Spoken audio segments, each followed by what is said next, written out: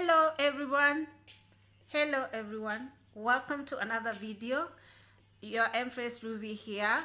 I'm going to make this video as fast as possible, and I wanted to kind of make a video regarding your assumptions, because I asked you guys to give me your assumptions about me, and I've seen a lot of YouTubers making this type of video, so I thought I would, but then I would make that video, but then I just, because not many of you sent in your assumptions, so I thought maybe I could just make a video about this my dating experience in the past. As for now, I am officially not in the market for dating. Like, I'm officially not in the market for dating. So I know a lot of you guys are asking, are you single? Are you taken? Are you married? Are you, like, a lot of you guys are like curious, which is okay to be curious, but let's just like leave that space there just the way it is. Like, let's not touch on that space. So it's more of just trying to protect that space and not, you know what I mean. Okay, so I'm going to tell you guys, it's sort of because my channel is based on, I give you guys, let me try to turn down this music. I give you guys mostly my experiences in life. So today I want to give you guys a bit of a story regarding my dating experience in the past. I have dated, so don't get it twisted. Some of you are not jumping into conclusion, but I'm gonna give you guys one of my experiences when I was single and dating and very excited about dating. So I'm going to give you guys, I dated white guys, and then first of all, I was exclusively just open to dating white guys. And then I grew out of that. And then I said I'm gonna just give everybody a chance, whether be it black, white, Indian, Spanish, whatever. So then in my dating life, I give everybody, like sort of everyone, a chance, not closing that chapter to everybody, like not just like judging people based on their whatever. Like, you guys, okay, I just want to say that I dated quite a bit, and I've given you guys a Nigerian guy, and I think a story about dating a Nigerian man in the Emirates, in Dubai. And now I want to give you guys, because I dated a couple of Nigerian guys, so I dated an Yoruba guy. So I want to give you guys the story. First of all, I say that I dated, but I dated with a purpose. And the reason why I dated with a purpose is because I am strictly a born-again Christian, and I date based on what the Bible says.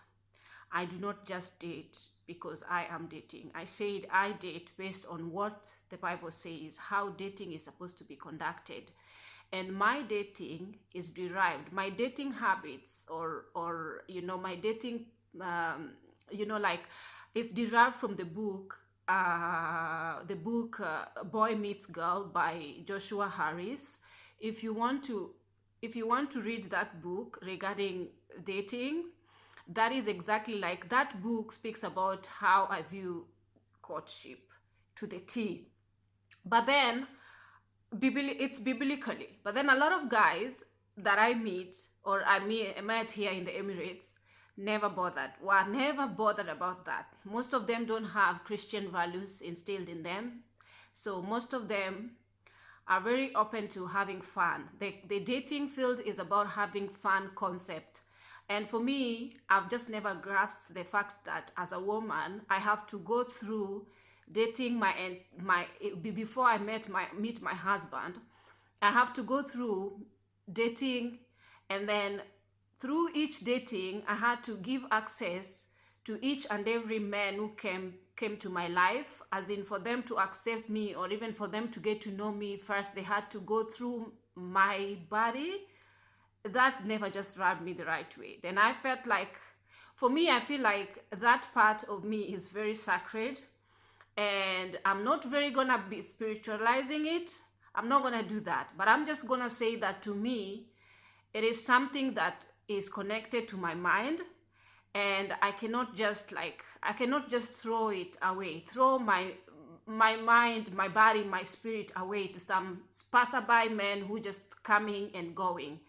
And I know a lot of them will be taking me out throughout my dating experiences, and a lot of them were open, because I'm not saying that I'm just like sort of, I attracted a lot of guys, I'm not saying I'm the most beautiful or I'm not most sexy or whatever. No, I just attracted guys who wanted to take me out for dinner or whatever. But most of the guys were not serious in a mat, like they were mostly, I don't know exactly the reason why I was attracted guys who are more interested in sleeping with me than even getting to know me in a serious note. So, and I was not even giving an aura about, like, let me just say that Satan had tempted me seriously in this area. And I really don't know. And he fought me so hard for this area, because he knew that he wanted me to really give up myself and just like give in to all this passerby. And this area was the toughest journey of my life that I had to go through, which I don't wish it to my any girl. A lot of to my child, even one day, a lot of manipulations, guys, just, and a lot of people usually say that, you guys, my mind space is going all over the place, but I hope you appreciate my thought process. I'm gonna come to the video very fast, but this has to be said because I want you guys to know where I'm coming from with my thoughts. So that is the backstory that I'm giving you before I get to the story. So a lot of people usually, I don't know, where was I just interrupted myself. But anyway, I have never ever grasped the dating. Like, I hate dating, you guys. I really do hate dating. I hate the process of meeting people, getting to know them, I just don't like it. I don't like it. But anyway, I was very much open to giving a lot of men a chance. So I went out with a Yoruba guy. And then I met the Yoruba guy online. And again, online dating, which is, oh God, it's another story. But I know a lot of you guys have your own perception about online dating. Let's not forget that a lot of women have met wonderful men online. Nowadays, everything is digitalized, everything. People met on Instagram, people met on meet on Facebook, people meet in church, people can meet anywhere. So it can happen anywhere. So yeah, you never know how you're gonna meet anybody. But anyway, so I was open to that. And this guy, okay, first of all, we matched. It was not Tinder. It was some online dating crap place that I registered, and I even forgot I registered, but I just got an email from him in my inbox. So then I was like, at first I saw his pictures and he looked really, really, really, really well presentable. He did not really even mention what he does, but he lived in Dubai. But I saw his picture and I thought that he looked really tall and he really dressed well and very clean and, well presented type of a guy. And then I was like, okay, he looks like a decent person. So we connected. And then it took me some time to go back to that website when I paid attention to his profile. So then I after some time, maybe 2 months or 3 months, I got, and this was time back, you guys, I got a message from him. And the message was like, he would like to get to know me. So then I was very skeptical, but then I said, okay, let me just see what he has to offer, like what he want to say. But then I was just like, I didn't give it a serious thought. And then after some time, we just like, because I was never in this profile, whenever in this dating place, because it's blocked, every dating website is blocked here in the Emirates. So every time I flew outside the country, that is the only time that I connected. So I connected this time and I found his message was waiting for me. So then after we exchanged numbers and then we started talking. So first of all, he added me on Yahoo because no, not Yahoo. He added me on Google Hangout because I gave him, when he asked me for my contacts, I gave him my email address first. Then he added me on he came to my inbox, and then just a little bit of chats here and there. Then he added me on Yahoo Hangout. Then from then onwards, I was like, I don't like the chat stuff. I just like for to talk and know somebody. If he's around me, he can as well have my number and call me, and then we can see if we can actually go out for dinner. I don't really, or even go out on a date or something to get to know each other. I don't like the behind the screen type of conversations. I like to meet somebody and know who I am talking to. So anyway, after some time, I gave him my number, and then we arranged. And before we even went for a date, this guy started becoming very charming. And the way he first of all, even the first message he sent was, "How are you, honey?" And I was very skeptical about that. First of all, who is like, I feel, guys, I hate so much. I hate with a passion. So then I was just like, bit of side eye, but then I just continued. Then from honey became love. From love became sweetie. So every time we were chatting, he was just calling me these times of endearment, which I was just like, whatever. And then after some time, we talked for a little bit, 2 weeks, and he was just like very, very consistent. To an extent, he was calling me 5 times, 6 times a day. And I found that was a bit weird because, I don't know, it just didn't rub me the right way. So then he was just like talking to me, and he was mainly talking, he's my same age. So he was like, I'm late, and my parents, everyone at my family are pushing me. Remember, we haven't even met for the first date. And I feel something is drawing me towards you so much, and I feel like you are the one. And I've even showed my sister your pictures, and my sister has really urged me to pursue you, and I think you're the one I'm gonna marry. And he just like was just going all over the place with all this nonsense. And my spirit was just not sitting right with that. Like, I don't like, who raised this man? Like, who raised this man? Then I started asking him. I do not understand, because he even said, I love you so much, and yada, and a lot of things. Then one day, before we even met, then one day I said something, told me, okay, I was in Australia. Then something told me, go back to that website and just to see if he's been active over there.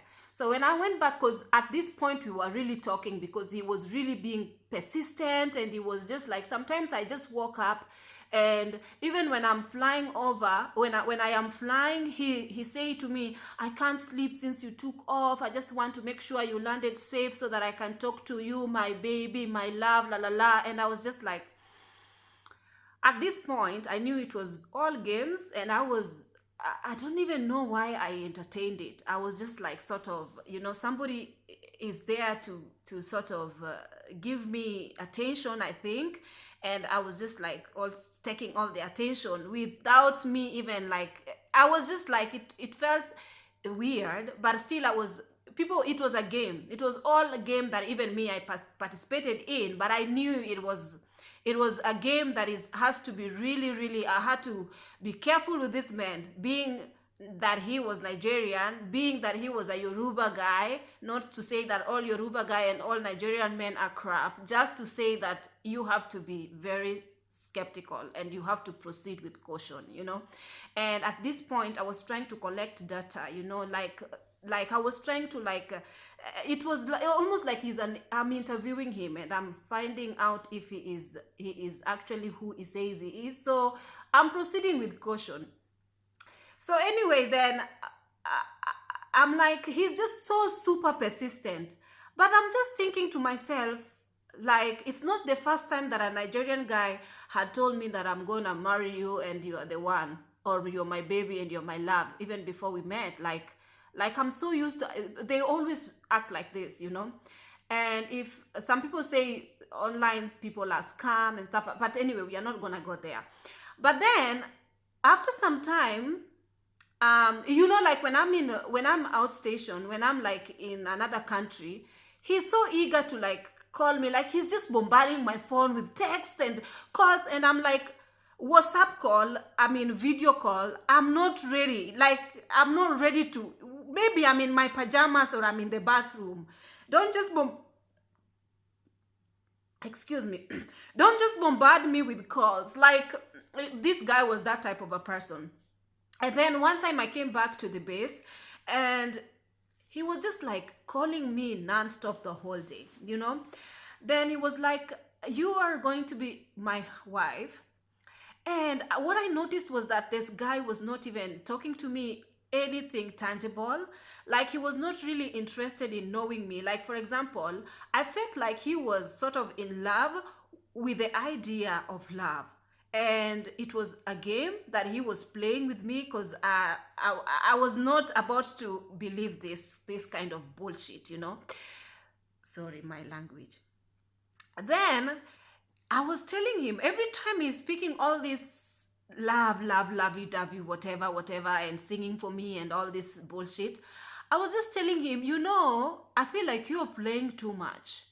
I swear he was, and then he says all the time that he swear to God that he's not playing with me, and he swear to God he cannot do anything, like he cannot play with my emotions, because he's got sisters, he's got a mother, and he'd not like, this is karma, that he'd not like to do anything like this if I was his sister. Like, he was just like swearing and saying I'm real and I'm the most genuine and amazing man, and la la la, and all these things. And I told him, that's for me to judge. Don't say to me all these things, because you guys, because I didn't know how to wrap everything around my head, because it's not the first time that I heard people saying all this crap.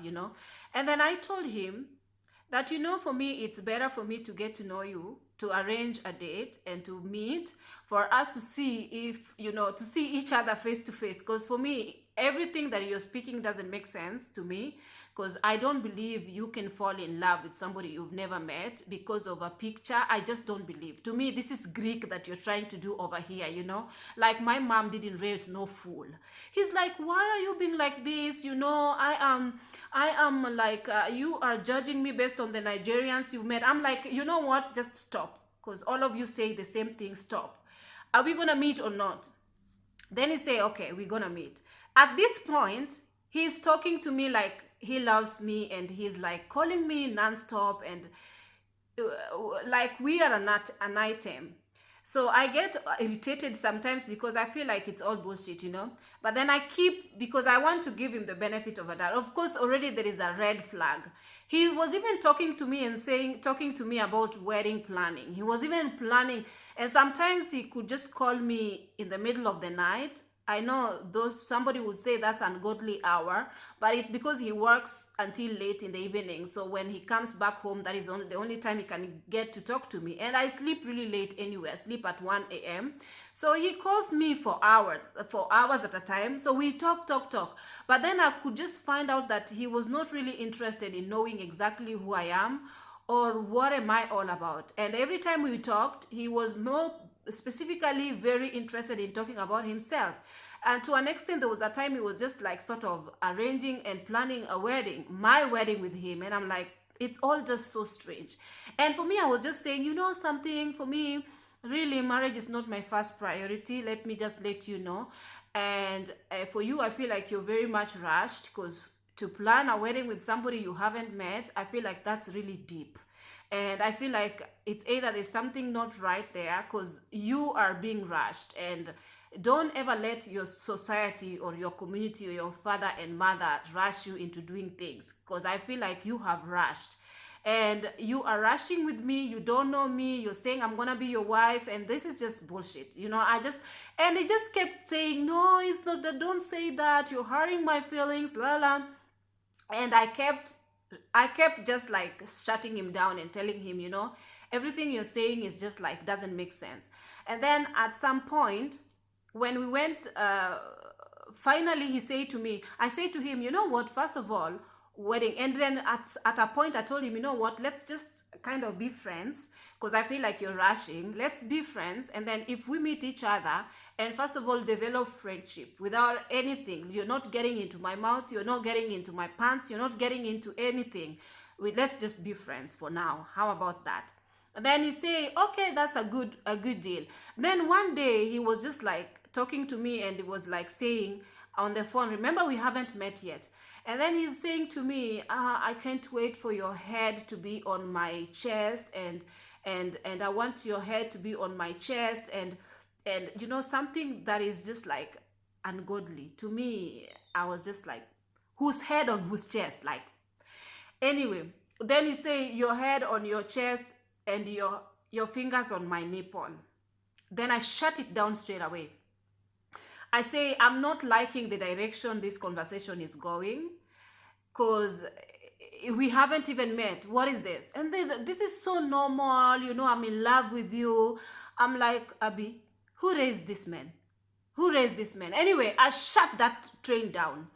After shutting it down, then he became upset because he felt like I'm giving him too much of restrictions. And then I told him, you know what, brother, at this point, we are brothers and sisters, and I do not see how your sister is going to put her head on your chest and her hand on your nipple.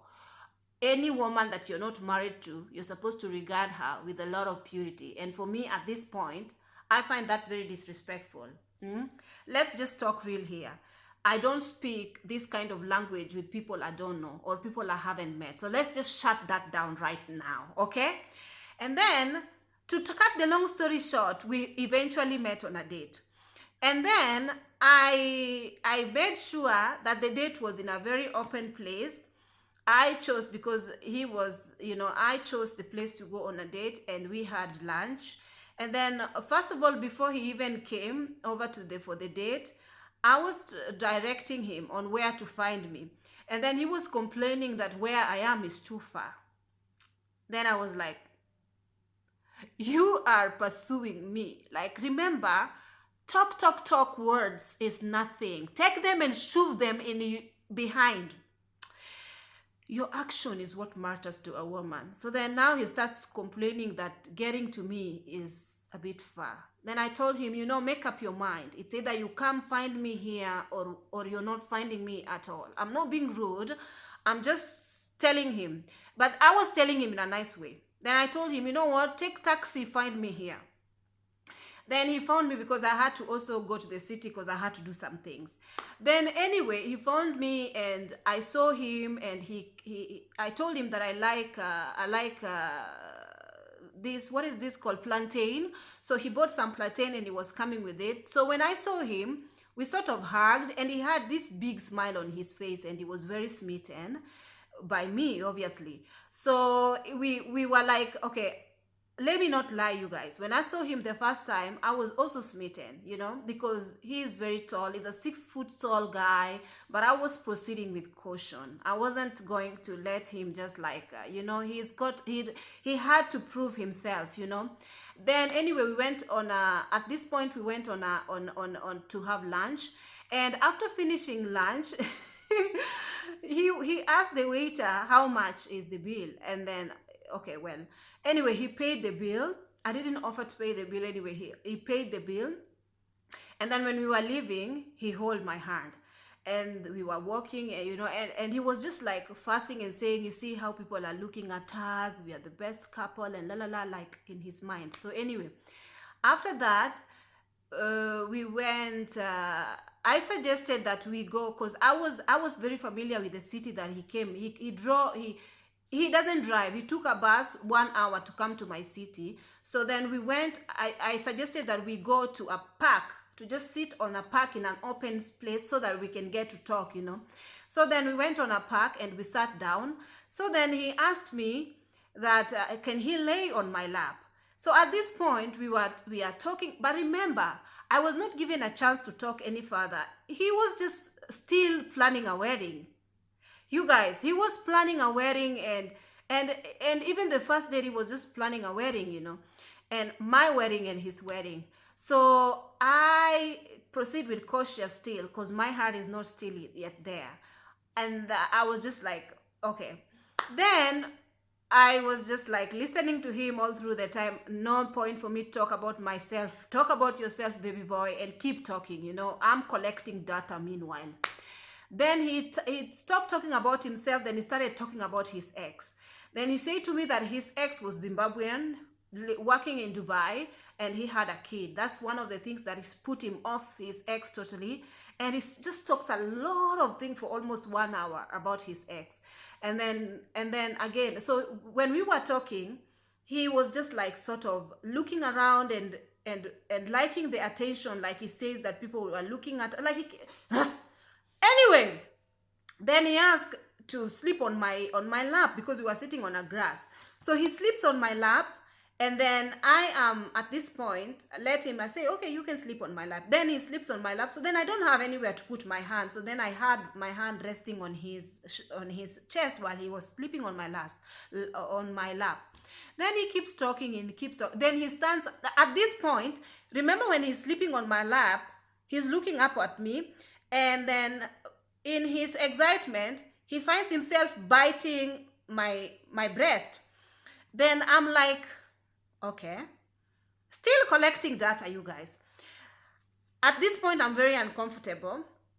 He stands up, like I tell him, please, I feel like you're very disrespectful. Don't do this. Like, and they say, I'm sorry, baby, la la la, bullshit. Then, then after this. At this point, now I'm even more cautious. My red flag is even, he's instead of adding points, he's losing points. Okay, now my radar is up over there. My attention radar is already up. Then I'm like, it's very disrespectful. How do you do that? And then he's like, I'm sorry, I was just carried away. Then he stands up, and then this time he puts his leg on top of my leg. Then I'm like, hey, the signal I'm getting at this point is like, this guy is a horny man, and he obviously wants to get laid. And I'm not about this business. I'm not about this business. Then at this point, I told him, you know what? I have to go because I need to go back home. Then we stand up. No, at this point, he's telling me that he wishes he was in some closed place. He could have really kissed me all over. Then it's starting to get awkward. I don't kiss on the first date, I told him. But then even before I finished that, he grabbed and kissed me, And remember, at this point, we are in the Emirates, in the public place. Anybody can see. This guy is very, very bold, and is very confident in his way. So then after that, I was just like, okay. Then, not a deep kiss, but it was like I was not about to open my mouth and give him my tongue like that to, where has his tongue been, and that's it. And then after some time, we took a taxi, and he was paying. He paid the taxi all through. He paid the dinner again. Then we went for him to take the bus to go back to Dubai. And then we sat at a bus stop after he paid for his bus. And he at some point he got very irritated with somebody. Anyway, what I noticed is that he's got a hot temper, and he has the attitude of I'm always right, and you cannot say otherwise. Like, I'm better than other Nigerians, I'm more smart, I'm this and that. And he was working in a hotel as some hotel manager in some hotel in Dubai, and he was just bragging and telling me how a lot of story, you guys. Then after some point, from then onwards, we started, when he went back to Dubai, we were in the bus stop. He was waiting for my bus to come so that he cannot leave me. So then that was a very nice gesture. So when we were sitting, we were sort of just like, he was holding me. I was obviously also holding him, because at this point, even though I was still cautious, but I kind of really liked him, because I liked him, but he was cautious. These signals that he gave me was signals that made me, be very much cautious, but did not diminish the fact that I did like him, but I was not gonna give up anything. I was still gonna collect data and find out who this man was. I'm very cautious. And then my bus came, and then he pecks me goodbye, and that's it. And then after some time, he called me to say that how amazing date was, and it was the best date that he's ever been in his entire life. And it's like, let's do this, la la la, let's arrange for our vacation. I'm taking you to Nigeria. I'm taking you to meet my mom, la la la, a lot of this bullshit.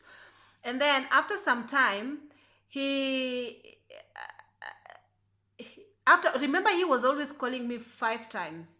Then one day when I went to work, I got very not okay with the entire date. And I said I wanted to talk to him because of some things that he did that didn't rub me the right way.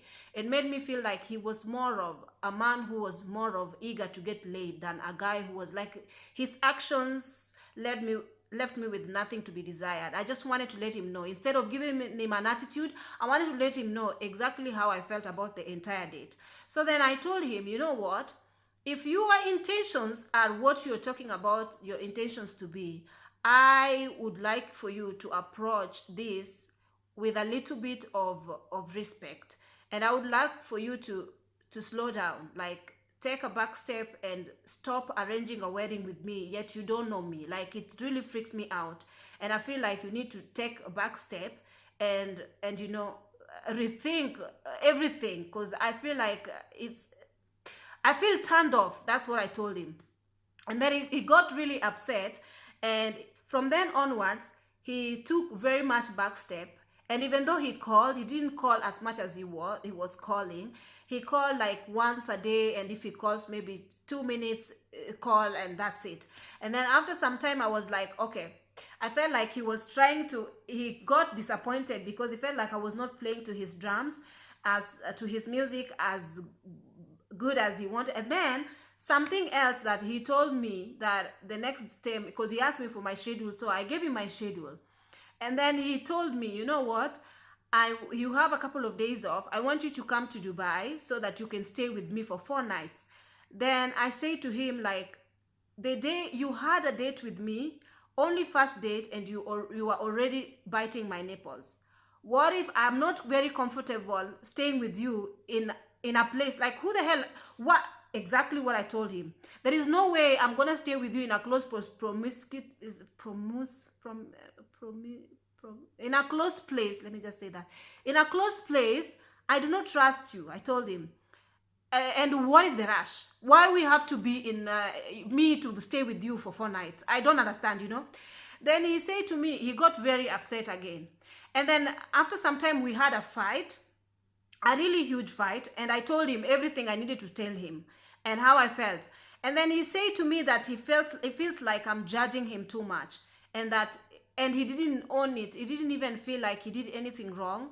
Like, his actions and the way he acted, especially the biting my nipple part, I was like very upset. And then after some time, he sort of just like took because you guys, the signal that the guy gave me was that he really just wanted to get laid, and he wanted to get laid. And he was, something else he asked me on the first date was that, he asked me, well, what would happen if, let's say, we went on a vacation together, and you after the vacation you got pregnant.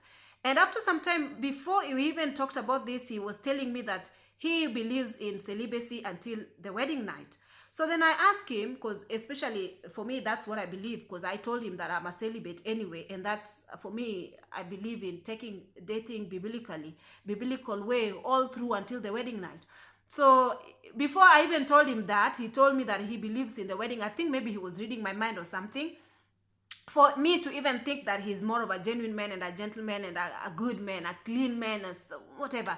So anyway, after some time, he was just like, what will happen if you get pregnant? And I'm like, well, I call the police on your ass. We both get deported in that case, because what are you thinking, getting who pregnant before marrying who? He said, no, the answer I wanted to say is that when we find ourselves pregnant, we just get married straight away. He's like, again, marriage. Again, you're talking about marriage. Anyway, and then after some time, he said to me, you know, for me, I believe that I will, when I get married, and even if things are not good, I will stay married for the sake of my child. Like, I can never, ever leave my child, la, la, la, la, la, la. And then I just told him, you know what? That is not even a reason. Even if there is no way that I'm gonna be married to somebody and then things are not good and I stay married because of kids. No, no. I'd rather be alone while we are apart than raise children in a dysfunctional home. You know, when we are together, we are fighting and things are not good and children are in the midst and watching all this mess. For me, that's not how I see marriage. If it's not working and both of you are not getting along, for me, if you are not getting along, you cannot die in it because of children, you know. Just give each other a pass, because me, I can stay without getting married. I can stay without marriage, you know. I don't have to die in it. I can just be by myself and I'll be okay with my kids. Then he said to me, oh well. Then I kept telling, the whole time I kept telling him, marriage is not my first priority. I see you're really dying to get married, but it's not my first priority. And then to cut the long story short, because I become very like much, I was not like he said, anyway, because I was not like really cooperating with him, so he just, and then at this point we were supposed to go on the second date. We were still talking, even though we were fighting all the time, because I didn't believe with the way he was trying to conduct himself. Everything he said just irritated me, because I don't see why somebody will arrange all these things and say to me, I'm the one who's gonna pay the wedding and I'm the one who's gonna do everything. You don't have to do anything. Like, this was a game to me, and I don't believe in this kind of things, you know. I believe that this is more of infatuation and bullshitting. You don't love me and you don't know me. This is just bullshit. Then after some time, because he saw that I was not really cooperating and we were supposed to go on a second date, which I was willing to go on. So the second date, he was not even planning the date. He was not even going online and checking exactly where to take me on the first date. The first date, I'm the one who actually like sort of suggested places to go. The second time, he was not even, you know. Then I asked him, before we went on a date, the day before the date, he did not call me the whole day. So I was like, I'm not calling him. Like, who the hell he is? Like, I'm not calling him to even remind him, so what time are we going? Because I was, at this point, I was like, I don't care, you know, it is what it is. I don't care anymore. Then after some time, he was just like, didn't call. Then the next day, the day of a date, he again didn't call. You know what? I didn't call. I didn't even text. I didn't do nothing until today. I didn't do nothing. I didn't call. I didn't do nothing. I didn't block him. I didn't, nothing, you know. And I was just like, okay. So anyway, you guys, that is the end of my story. And what I can say is, it's unbelievable that a lot of women, including myself, the idea of somebody, the pictures that, you look at Tonko Dike, man. This woman was lied to by all this. I'm gonna pay for the wedding, or pay and I will refund you, or, you know, these men, they know how to get you inside a box. And at some point, when we've reached a certain age, men usually assume that we really want to get married. So we are dying to get married. So when they say they will marry us, we will give in to all their advances. To an extent, we just give us. I'm like, where the hell have you been at? Like, which hole have you been dipping your equipment in? For you to just come here and say to me, I'm gonna marry you, and then I'm opening my shop. Excuse me while I kiss the sky. I am not. Excuse me while I kiss the sky once again. God is good. God is my husband forever. And you guys, today, this is I'm not saying all the Yoruba men are like this. I'm not saying all Nigerian men are like this. But a lot of cunning that these men do with African women. Hey, God will punish you. And you wonder why most of you guys are going with a lot of confusion. It's because you have damaged a lot of women's hearts. A lot of women have gone on juju to you guys. That is why many of you guys are in some bottle, in some state, in some sea. You are inside a bottle because they have put you in there. They have bewitched you. Yeah, because of how you play with their medulla oblancatas and their hearts, and how you play with their, I will marry you, I will marry you, I will marry you. And until when they get sex, they are nowhere to be found. So, but this man could not get sex. He was not nowhere to be found even before. Please see your life. If you like this video, please give it a thumbs up. And I'll see you on my next video. Bye-bye.